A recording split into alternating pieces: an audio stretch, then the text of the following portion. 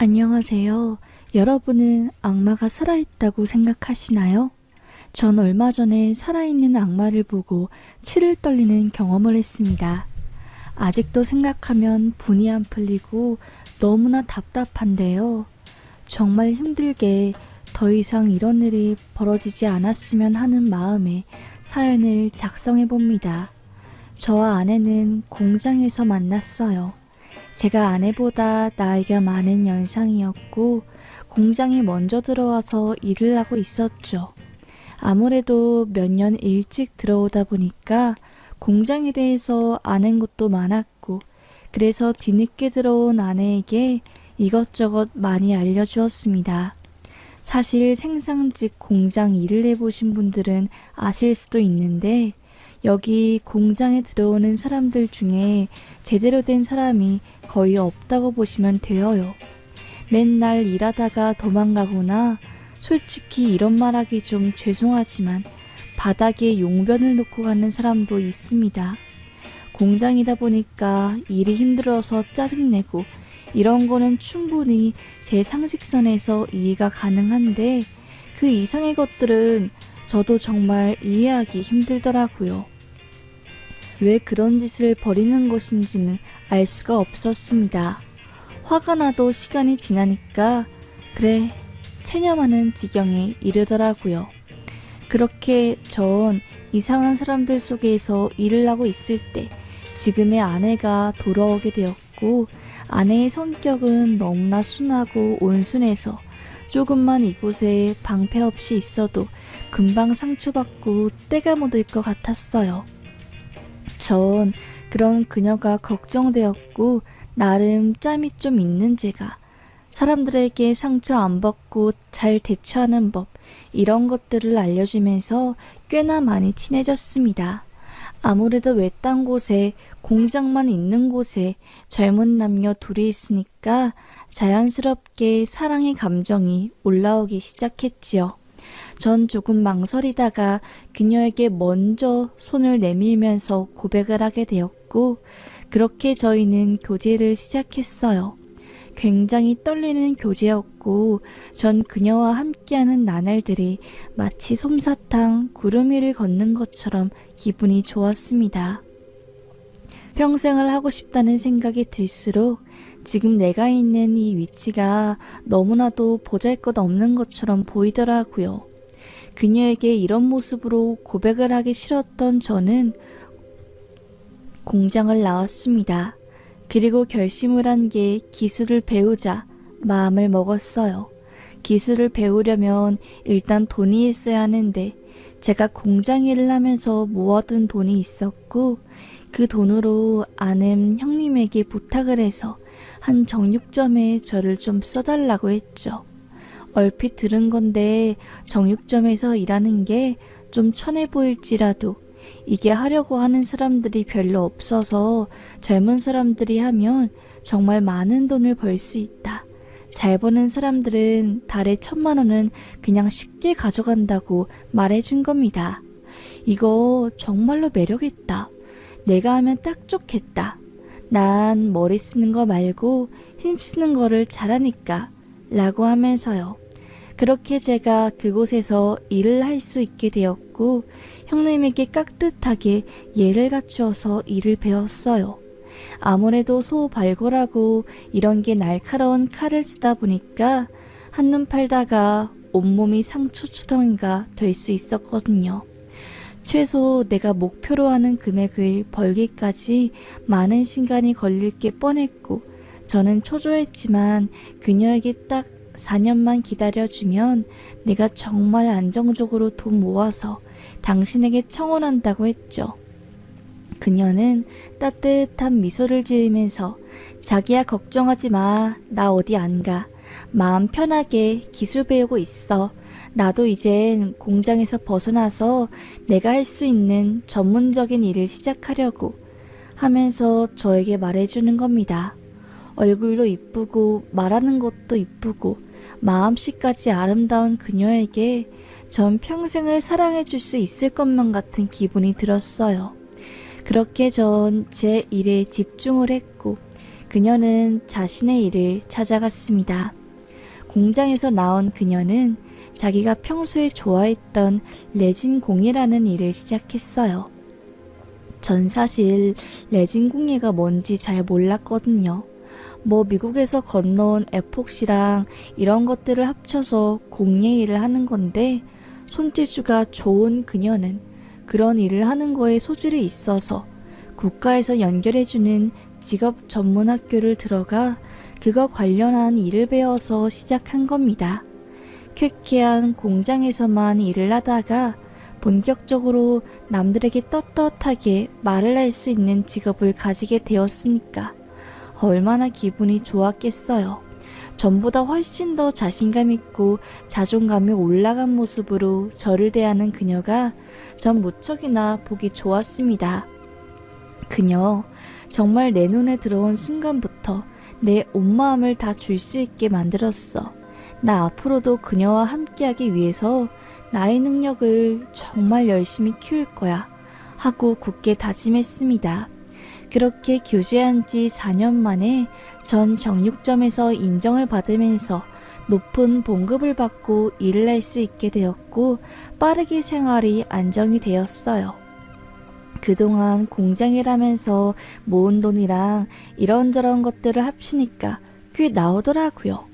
그래도 작은 아파트 월세 보증금을 내거나 혹은 외곽 지역의 빌라에 전세로 들어갈 수 있을 정도였습니다. 그래, 이 정도면 나 바로 결혼해도 되겠다 생각한 전 그녀에게 청혼했죠. 자기야, 나 기다려줘서 정말 너무 고마워. 그동안 나 능력도 없는 내가 성장하는 모습 묵묵하게 지켜봐줘서 고맙다고. 내가 그 마음 시간이 걸려서 많이 기다려야 해도 두고두고 다 갚을 거야 하면서 종로에서 제가 맞춰온 반지를 그녀의 손가락에 끼워주었습니다. 그녀는 당연히 제 청혼을 허락했고 친구 없는 저희들은 결혼식을 생략하고 바로 신혼생활을 들어갔어요.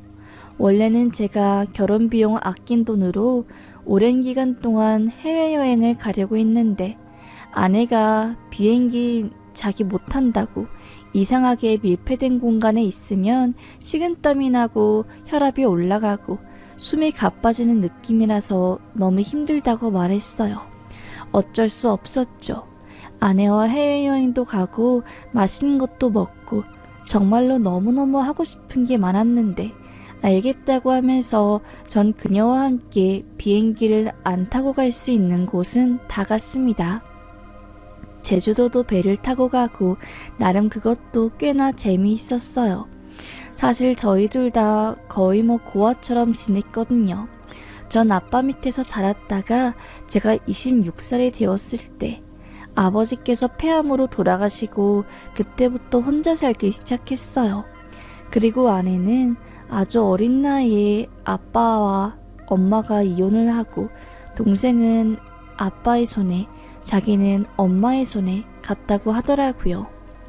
그런데 엄마가 다른 남자들 만나고 다니느라 자기한테 신경을 안 썼고 자기는 거의 혼자 큰 거나 다름이 없다고, 엄마가 있어도 엄마가 없는 것보다 더 안 좋게 컸다고 말하더라고요. 마음이 아팠죠. 이를 어쩌면 좋냐 하면서요. 오히려 나랑 비슷한 가정사를 가지고 있으니까 더 끌리는 게 있었고 계속해서 가까이 하고 싶고 그랬습니다. 그런 배경이 저와 그녀를 천생연분처럼 만들어 주었어요. 하여튼 그렇게 삶이 지속되고 있을 때 뜻밖의 사람이, 아니 너무나 생각하지도 못한 존재가 찾아온 겁니다. 그 존재는 바로 아버님이었어요. 장인어른이었던 거죠.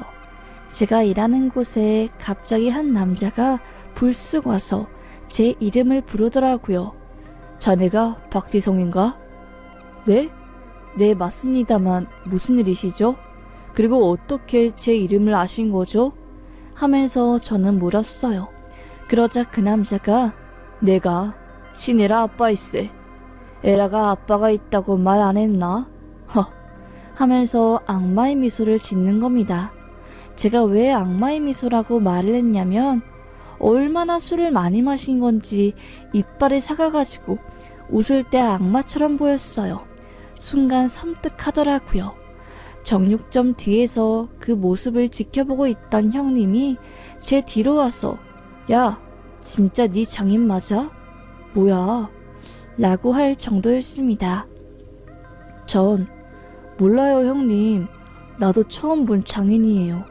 일단 아내한테 연락은 해봐야 할 것 같은데 라고 했지요. 전 일을 하고 있는 아내의 핸드폰에 이 사실을 말해두었습니다.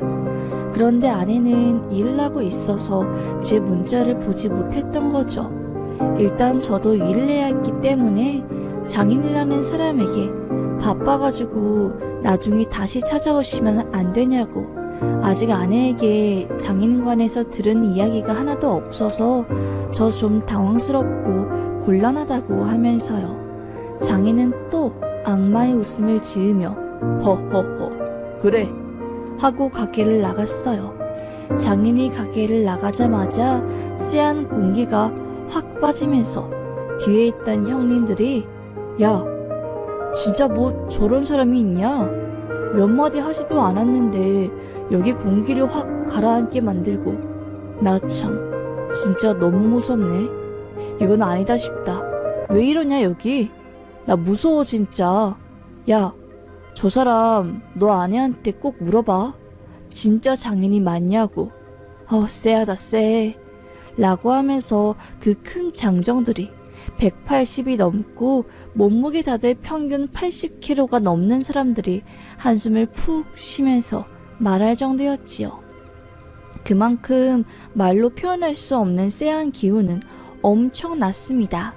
그렇게 2시간 후 전 퇴근 시간이 되어서 옷을 갈아입고 뒷문으로 나갔어요. 그런데 그 순간 전 으악! 하고 소리를 지른 겁니다. 뒷문 바로 옆에 한 남자가 쪼그려 앉아서 고개를 위로 쳐들고 저를 헤헤 쳐다보는 거였어요. 다시 보니까 장인이었던 겁니다. 우리 딸이 뭐래? 나 보고 싶다지? 라고 하대요. 저는 아내에게 아직 아무런 말이 없는데 정말 제 아내 에라의 아버님 되시는 분 맞나요? 제가 일부러 의심하고 싶어서 그러는 거는 아니고 이런 거는 확실해야지 마음이 좀 편할 것 같아서요. 알 수 있을까요? 어떻게 증명할 수 있는지 딸과 아빠의 관계라는 것을요. 하면서 말하자 옷 가장 안쪽에서 거의 수년은 지나 보이는 의료보험증을 꺼내 보이는 겁니다. 그곳에 4명의 가족 이름과 민증이 적혀 있었죠. 신혜라, 제 아내의 주민번호와 이름까지 적혀 있었습니다. 정말로 아버님이 맞구나 라는 것을 확인한 순간 전 너무나 찝찝했지만 그래도 제대로 인사를 하게 되었어요. 아버님, 몰라봐서 죄송합니다. 그래도 혹시나 하는 마음에 의심을 한 건데 그게 기분이 나쁘셨다면 정식으로 사과하겠습니다. 라고 했습니다. 아버님은 아닐세 허허 하면서 제 등을 두들기더라고요. 두들길 때마다 온몸에 느껴지는 소름. 귀가 바짝 설 정도였습니다. 고양이처럼요. 아버님은 자네, 내가 자네 집을 좀 가보고 싶은데 내 딸도 좋아할 걸세. 오랜만에 아빠가 나타났다고 하면 이라고 하더라고요. 아니 급한데 아내는 웬일인지 오늘따라 전화도 안 받고 결국 전 그 제안을 거절하지 못하고 아내 없는 저희 집에 장인을 데려갔습니다.